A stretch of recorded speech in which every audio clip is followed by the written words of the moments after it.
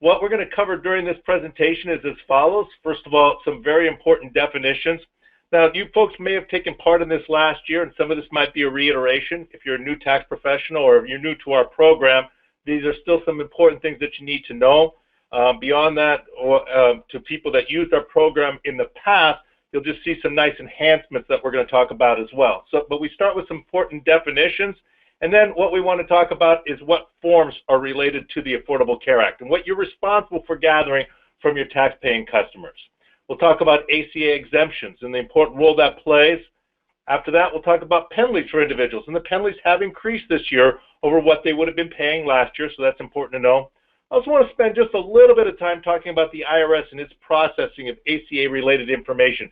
This is important to know because you may have taxpayers that will ask you to do something, and it's in your best interest, and in fact, in their best interest, to make sure you understand how it is that the IRS processes ACA-related information, because you know what? It's not in the best interest of the taxpayer to turn in a tax return that doesn't have certain information. And then we'll finish with a recap. We'll start with some definitions, and this all starts with what's known as the Affordable Care Act. And the Affordable Care Act, many times people refer to it as Obamacare, those types of things. What it is actually a federal statute that was signed into law back in 2010. And as part of the healthcare reform agenda of the Obama administration. What's interesting about it is this law or statute includes multiple provisions that will take effect over the matter of years.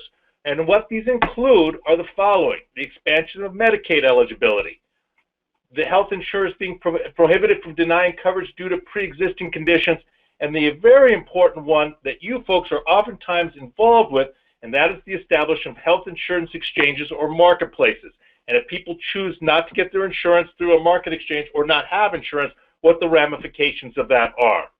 On top of that, you need to understand what minimal essential coverage is. And what that means is what is acceptable as far as healthcare insurance is concerned. What's considered to be acceptable? Well, it includes coverage under an eligible employer-sponsored plan, which will be many times the case. People will come and say that they're insured by their employer. Or it could be coverage under an employer-sponsored retiree health plan. It can also be coverage under certain government programs. And of course, you'll hear about this as being Medicare, Medicaid, those types of things. Then the all-important one, coverage in an individual insurance market, and this including a plan offered by an exchange. By the way, when we make reference or the reference is made to the term exchange or marketplace, it needs to be understood that they're synonymous. They're one and the same. So when you hear the term, hey, I got my insurance through the exchange or I got my insurance through the marketplace, they are one and the same. And then finally, there are other coverages that also fit the criteria. But for us, again, the one that's italicized and the one that's highlighted is the coverage that's through the insurance market, because that's what you're responsible for gathering should a tax-paying customer of yours got coverage that way. The next definition that we have is the premium tax credit. And this goes hand in hand with people that have gotten insurance through the exchange. And what a premium tax credit is, it's a federal government subsidy that was created to help health insurance premiums become more affordable for folks. So what it is that we're talking about? Well, that subsidy is available to anybody with modified adjusted gross incomes between 100 and 400% of the federal poverty line. And with regard to that, the subsidy is only available for people who are buying health insurance through the marketplace or through the exchange. So what that means is that you're not eligible for a subsidy if you purchased insurance on your own, and you're not eligible for the subsidy if you got your insurance through your employer. But if you went through the exchange, one of the ways that it's going to help you is it gives you a subsidy or helps you pay for that insurance. Now, with that, the next thing we want to cover are ACA-related forms. And the reason why we want to talk about ACA-related forms is that's what you're going to be working on when you're completing the return itself. And so the forms that we want to talk about is that as a tax professional, you need to be familiar with these forms. The first one is known as the 1095-A. And this is what's received by a taxpayer from the marketplace. So should an individual purchase insurance, the approximate 10 million people that have done that over the course of the last year, if they purchase through the marketplace, they are going to get a 1095-A statement. It's very similar to getting a W-2 wage statement from your employer. So it's a statement of what it is that you received as far as subsidy and as far as amounts from the exchange. On top of that, this year, you're also going to have your taxpayers come into your offices with 1095-Bs and 1095-Cs. It's important to understand a little bit about this, and we're going to talk about them in just a couple of minutes. What's really, really important about it is they are not required to complete a return. So a lot of times people might bring these into your office at a later time, in February, March, April timeframe, but it is not something that's required for you to complete the return or send it off and have it processed. Tied to the 1095-A is an important form, the Form 8962. And what that does is it takes the information that comes from the 1095-A and helps reconcile the information so that it can be used in the tax return itself. And finally, there's also the 8965, and that's health coverage exemptions. And 8965 is an important and, in fact, oftentimes used more often than either the 1095-A or 8962, because these are situations in which a taxpayer is asking for an exemption for not having insurance over the course of the last year. So let's take a couple minutes and break each one of these forms down just a little bit. We start with the 1095-A, and that's the health insurance marketplace statement. And as I said before, it's a formal statement. You know, it's an information return. That's the term that's used for it, but it's just like getting a W-2 or any other statement of earnings or statement of what somebody received over the course of the year. And individuals will receive that whenever they obtained health insurance through the marketplace. And by the way, that's what they got it through the federal exchange or the state exchange. And just a little side note here, there are some states that have their own exchanges. This was something to you folks as tax professionals that were covering this last year you're probably well aware of. Some states chose to have an exchange. In many instances, states said, we don't want to spend that kind of money. And of course, then it defaulted back to the federal exchange. But whether it be a federal or a state exchange, if somebody got insurance through that exchange, they would then get a 1095-A statement. Okay? On top of that, it should be to the individuals by early February of 2016. This is very important because people want to file their tax return. The federal marketplace plans to have all theirs up by the end of the month, and states should be following a very similar type of pattern. Okay? Now, if a taxpayer loses or doesn't receive his 1095-A, the federal marketplace will make it available by way of PDF. They will have to go to that exchange, and they will have to go through and find a copy of it. And this was more of an issue, I think, last year because people didn't even know what that statement was. If they have purchased insurance before and this is their second year doing it, they'll be very familiar with the fact that they need to retain that 1095-A. And by the way, there should be something very similar should the case be for the states. In other words, if you're in a state, they should be able to go to the exchange as well online and find a copy of the 1095-A statement. I just can't make reference to each one of the states that has its own exchange. Now, access to this information is absolutely essential to complete the individual's tax return, and we'll talk about that in just a moment. But bottom line is if your customer has purchased insurance through an exchange and they have not provided you a 1095-A, you're not going to want to try to process that return. In fact, there are some people that have said in the past, well, I'll tell you what, why don't you go ahead and process my return and then we'll do an amendment later on. Well, that's not going to work. In fact, the IRS is going to hold those returns if they're expecting to get information in an 8962, which we'll talk about in just a bit.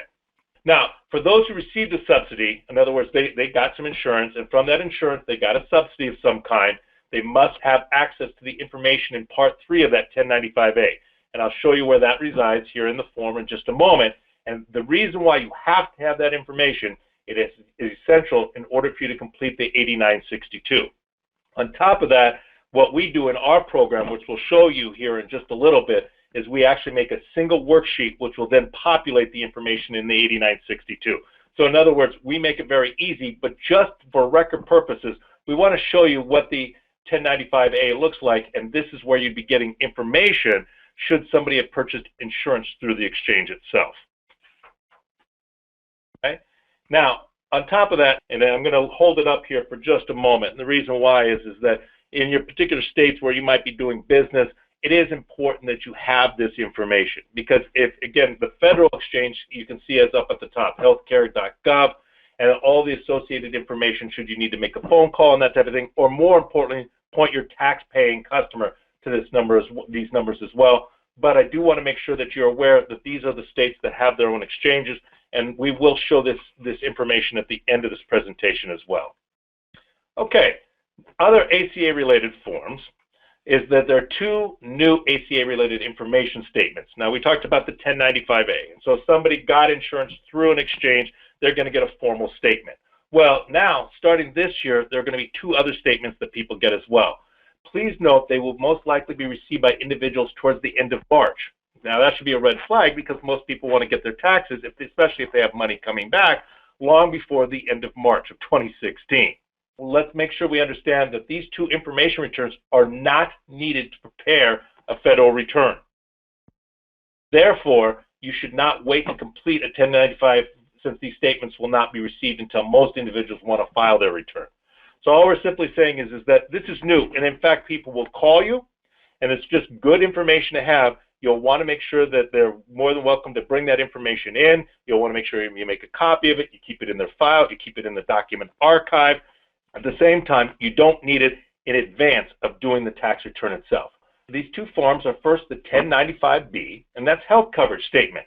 So in other words, let's say an individual got insurance from a private provider. So they didn't get it through work and they didn't go through an exchange, but they got insurance through a provider. That provider is going to send them a statement, and that's a 1095B. And it's going to say, okay, you got this coverage for us for this many months, whatever it might be. More likely, they're going to be bringing you a 1095C. And a 1095C is the same thing, only it's information pertaining to coverage that they got from their employer.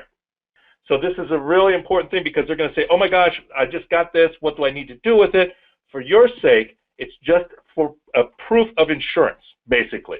And so since it's proof of insurance, if they are claiming that they were covered by their employer, you can go ahead and process the return. But when they get that in the March or April timeframe, make sure they bring it in, make a copy so that there is one with their records. Next up, we want to talk about the 8962 because it's so closely tied to the 1095A.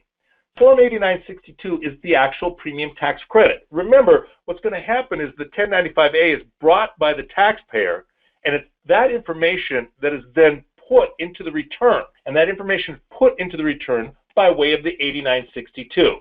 Individuals that purchase health insurance by way of the marketplace and their income was between 100 and 400% of the federal poverty line are eligible for this credit.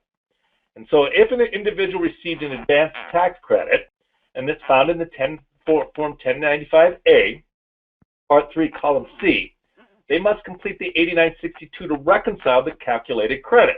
Now, that calculation can be done on an annual or monthly basis, and it really works like this. It's just like taxes. If you think about the idea of if you were taxed too much, you're going to get a refund. If you weren't taxed enough, you're going to have to pay. I mean, that's what reconciliation is. It's the exact same thing here. The result of the reconciliation will be either a refundable credit. Remember, this isn't just money. It's a credit that's going to go towards the bottom line, if you will, at the end of the reconciliation. Or it's an additional tax that could be paid amongst other things. In other words, if somebody had a refund coming of a certain amount of money, but they ended up that they have an additional tax here, what it's going to do is it's going to be some money that's taken away from their total refund. Okay? Now, instructions are available on the IRS Current Forms webpage. Always a good idea to keep that around. Go ahead and take a look at that. The Form 8962 instructions are found right there. I'm excited to show you here in just a little bit how easy it is to do within our software. In fact, our software has made it such that if you fill out the worksheets, it's going to populate all the appropriate information, whether it be in the 8962 or 8965, which we'll get to in just a moment. Okay? So as I said before, you'll find the information, or the information will be gathered from the 1095A. That's Part 3 in Column C. And that information is then going to need to be populated in the 8962. But in our program, in CrossLink 1040, what will happen is once you fill the worksheet, this information will populate. In other words, it carries it over, which is exactly what you want as a tax professional. Now, some other things of note with regard to the 8962. Okay? First of all, additional tax is capped based on where the individual's income falls in relation to the poverty line, as well as the individual's filing status. On top of that, the additional tax is treated like any other tax, which means collecting it is not restricted, and also that it's included if underpayment penalty is applicable. It goes into the calculation of the total tax and thus can be reduced or eliminated by non-refundable or refundable credits. As I said before, and this is just a reiteration, if you will, hey, if they had some other credits or they had some more money coming somewhere else, and it's greater than this amount, they're still going to get a refund. It's just that, you know what, this plays a part in the calculations. It is included in the calculation of the alternative minimum tax. Let's say somebody did go to an exchange and he or she did purchase insurance through that exchange, but then they had another child or they moved or something along those lines. It is very important to understand if a family size changes and it is not reported in the marketplace or exchange, and we're hoping that they always will do that. If somebody's going to the exchange to purchase, we hope that they would take the time to also contact the exchange should their condition change, if you will. But if they didn't do that, guess what? Then the amounts of the 1095A column 3, they're not going to be correct, and that's not good. And in order to correct, there's a lot to it. For all months after the time of change, the accurate amount to be entered will need to be determined by going to that marketplace. So in other words, what's going to happen is that your tax-paying customer is going to have to go to the marketplace, and they're going to have to find out what they should have gotten as a subsidy, and that information then has to be reported to you.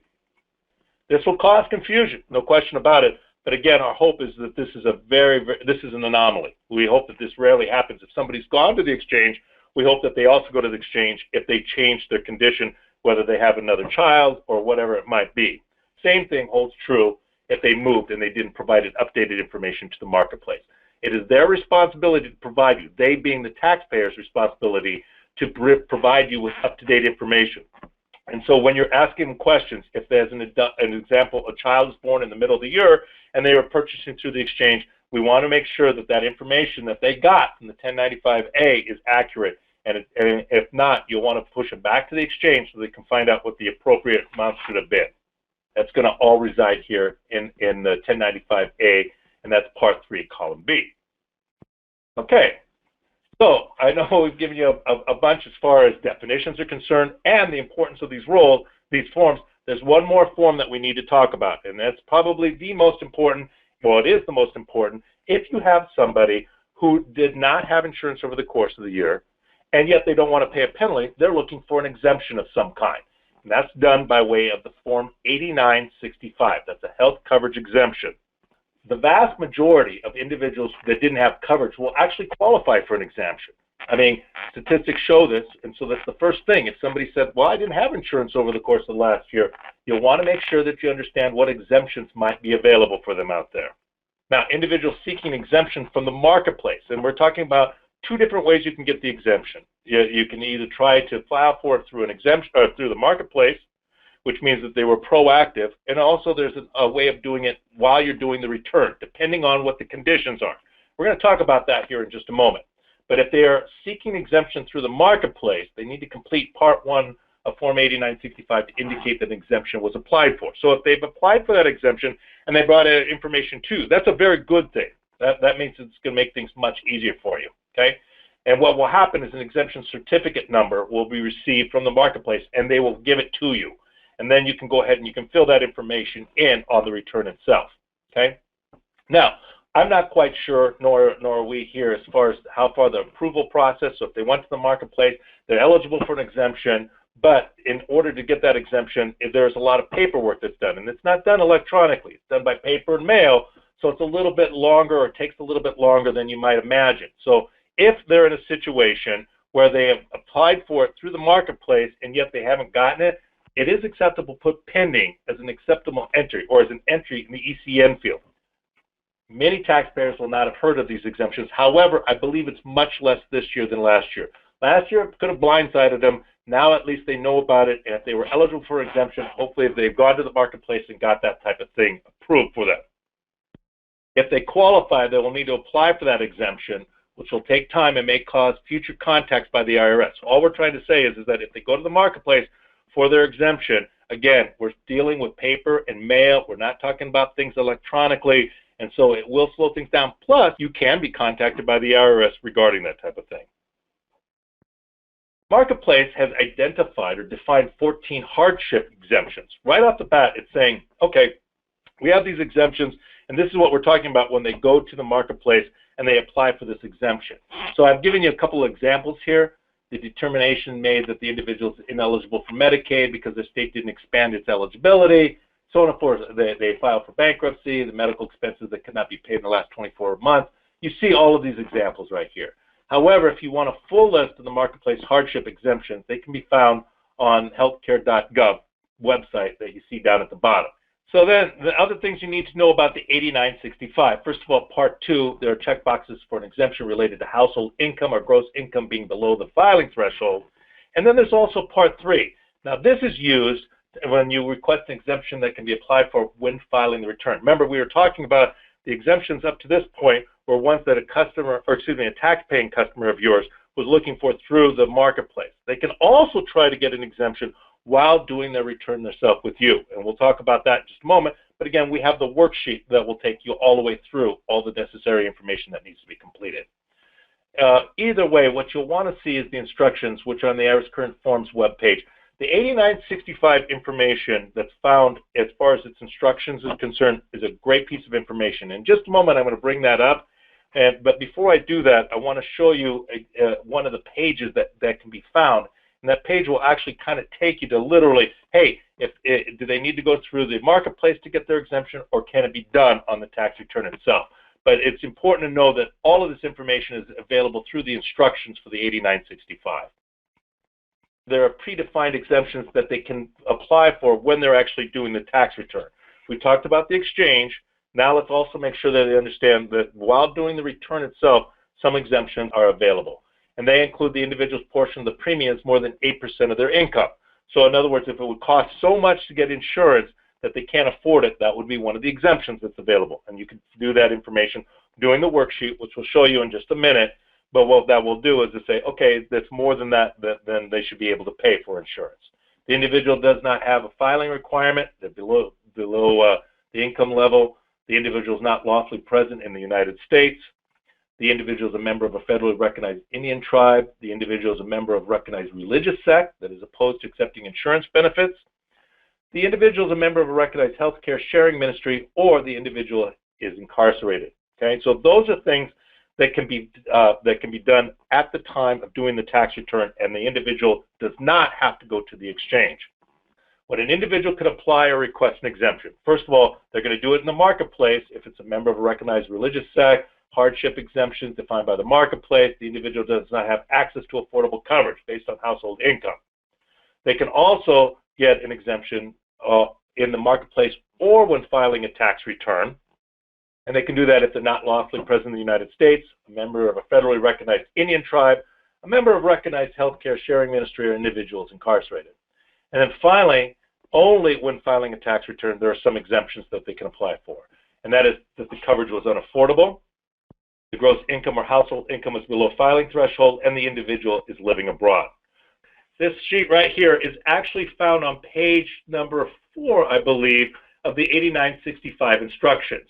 So you got your 8965 instructions right here, and as I said, if you go to the irs.gov page, this is always a good piece of information to have, and this sheet right here goes into great detail, this page right here, about where it is or how it is, or if you can apply for an exemption, whether it be through the marketplace or through the tax return.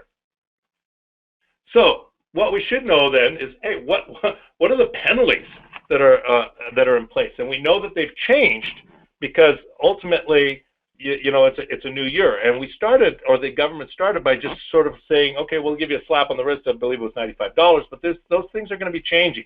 Individuals who do not have health insurance for at least 9 months in 2015 or qualify for an exemption, they'll be assessed an additional tax. Now, if applicable, the penalty for 2015 will be the greater of the following. First of all, it could be 2% of the individual's income that exceeds their 2014 filing threshold, or $325 each for the taxpayer, spouse, and dependents over the age of 18, plus $162.50 for each dependent under the age of 18. So if you will, the government has upped the ante. The first year, okay, $95, but you can see it's $325, and I believe next year it's going to be in the tune of $695, something like that. So what we're trying to say here, and I'm sure you've educated your taxpayers with regard to this type of thing, that this is something that's not going away, at least for the time being. And if it's not going away for the time being, there are penalties associated with not having insurance or having an exemption, an acceptable exemption. However, the maximum flat tax dollar for a family will be $975. So if you take the math here, if you had a certain amount of adults, kids, whatever it is, it's going to be $975 total for the entire family. Okay. Now, absolute monthly maximum penalty for 2015 will be $207, and that's per month. for the year, which is $2,484, and $1,035 for a family of 5 or more. So just to let you know, there are caps on the fines that would be associated. It's not a fine; it's just it's part of reconciling the tax return itself. Penalty calculations are done based on the worksheets found on 8965, as we had said before. Now, what I want to do now is kind of talk about, all right, so what happens if somebody says, well, just go ahead and file my return? You know what, I got a subsidy through the exchange, I purchased some insurance, all that type of stuff, but I can't wait till the end of March. I don't want to wait till April to do my return or whatever it is. But a lot of times, they don't even want to wait till the first week of February. So what we want to do is make sure that you're covered with regard to how the ACA, the Affordable Care Act, what the verification system looks like. The IRS does 2, not 1, but 2 pieces of verification. So it is important to understand this so that you're explaining and giving sound counsel to your tax-paying customers. First of all, the IRS will know who received an advanced premium tax credit. They're going to know that because the exchanges are going to report that. Okay? So if they report that information, it's logical to say if somebody received this advanced premium tax credit and did not complete an 8962, it will go into a repository called AIRS. And as you can imagine, AIRS is not a good sounding repository, is it? This will result in the return not being processed until a completed Form 8962 is received by the IRS. This I should be highlighting right here. Boom, right here. Somebody comes into your office and says, hey, I got insurance, but I don't want to wait. It's in your best interest to make sure that they're aware. If you do this type of thing, you're not going to get your return. You're not going to get you're not going to get any funding right now because the IRS is going to hold that return. So any federal refund associated with the return will be withheld until that 8962 is received. Tax preparers such as yourself, tax professional, ensure that you do everything you can to confirm where the taxpayer purchased his insurance, and if it was through the marketplace, they must receive a copy of that 1095A. If you don't get that, can't complete the 8962, guess what? The taxpayer is going to have his or her return held. So it's always in your best interest to make sure that they're aware of that. In fact, the IRS is so serious about this that they actually have 2 different verification systems. If it does not match, what they're going to do then is they're going to take the credits and they're going to see that are reported on the 8962. So first of all, they're looking for an 8962. If it's not there, they're going to put it in AIRS.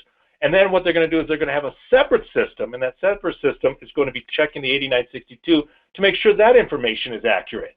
Okay? They're not going to be comparing information provided on 8060 with data in the 1095A. They're going to take the information that they got from the exchanges itself. Okay? And so they should match, but if they don't, what's going to happen is that the taxpayer might have to provide a 1095A or a copy of the 1095A with the return itself. Now, you as a tax professional need to just make sure that they're aware of that, but more importantly, there are 2 verification systems. Hey, did they do an 8962? And that's the first one. So in other words, if their 1095A that somebody got a subsidy and they did not give that to you, and therefore an 8962 isn't even completed, that thing's going to be held. And then on top of that, the IRS has a separate checking system that's going to say, was that 8962 aligned, or is it in concert with what it is that we see the records to show? And if it doesn't, they're going to hold the return again, and they're going to contact, and you or your tax-paying customer is going to have to provide a copy of that 1095A. The last thing that I kind of want to make sure you're aware of, I want to make sure that you do know that there are some additional line items that are in the 1040. They're line 46, a couple of changes to 61 and 69, and we can go into the return, or excuse me, we can go into the 1040 program, and I'll show you what those look like. But the great part about that is if you do the information in the questionnaire, which we'll show you in just a moment, this information will populate automatically, so you don't even have to worry about it. So what I'm going to do now is I'm going to bring up the program and show you where it is that you gather the information. To you folks that have used our program before, it was found in the client data, and it still is. We've just made an enhancement to it to make sure that it's very easy for you to go ahead and get to the questionnaire piece. So as you're working within our software, you folks that have been using it for some time, or even you're new, it's so straightforward that you always start with the client data. So if the client data is the first thing you complete, of course, you'll start with the taxpayer information, spousal information, all that type of stuff. And here, right here, this all pertains to the Affordable Care Act. This was put into the returns itself specifically in concert with the Affordable Care Act because as a tax professional, it's your responsibility to gather this information. So let's take a look at what this means.